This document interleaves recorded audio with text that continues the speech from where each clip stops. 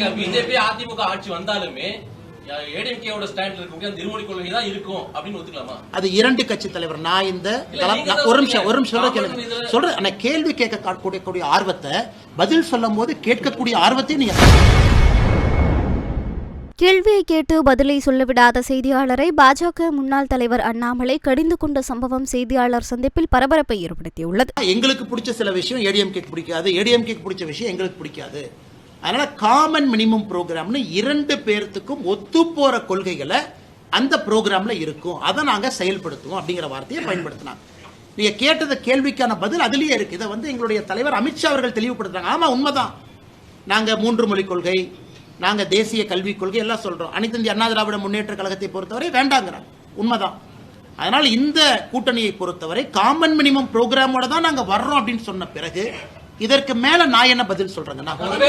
நாளைக்கு பிஜேபி அதிமுக ஆட்சி வந்தாலுமே ஏடிஎம்கேவோட ஸ்டாண்ட்ல இருக்க திருமொழி கொள்கை தான் இருக்கும் அப்படின்னு ஒத்துக்கலாமா? அது இரண்டு கட்சி தலைவர். நான் இந்த ஒரு நிமிஷம் சொல்றேன். கேள்வி கேட்கக்கூடிய ஆர்வத்தை பதில் சொல்லும் போது கேட்கக்கூடிய ஆர்வத்தை நீங்க காட்டணும். கேள்வி கேட்கும்போது எவ்வளவு ஆர்வமா கேட்கணும்.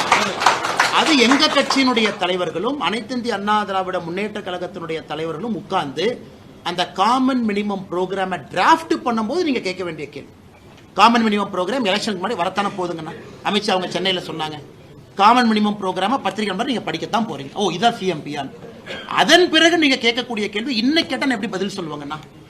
அது அண்ணா, அதான் இரண்டு கட்சிகளுக்கும் மாறுபட்ட ஐடியாலஜி இருக்கும் பொழுது அமித்ஷா அவங்க சென்னையில் சொல்றாங்க காமன் மினிமம் ப்ரோக்ராம், ரெண்டு பேரும் சேர்ந்து அடிப்படையான கொள்கைகளை வச்சு அந்த கூட்டணிக்கு போறோம். அவர் சொன்ன பிறகு நேரம் கொடுக்கணும். பிஜேபியினுடைய தலைவர் நயினாரன் இருக்கிறாங்க, அனைத்து இந்திய அண்ணா திராவிட முன்னேற்ற கழகத்தினுடைய பொதுச்செயலாளர் இருக்கிறாங்க. ஒரு கமிட்டி போடுவாங்க, அவங்க உட்காருவாங்க, சிஎம்பியை டெவலப் பண்ணுவாங்க, நம்ம முன்னாடி வைக்க போறாங்க. இன்னைக்கு நான் அந்த பொறுப்புல சிஎம்பி என்னன்னு சொல்ற பொறுப்புல நான் இல்லை. அது அந்த பொறுப்புல தலைவர்கள் இருக்கிறாங்க.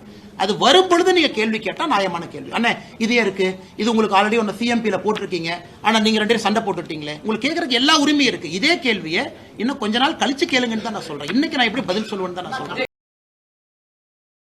செய்திகளை உள்ளது உள்ளபடி தெரிந்து கொள்ள ரெஃப்ளெக்ட் நியூஸை சப்ஸ்கிரைப் பண்ணுங்க.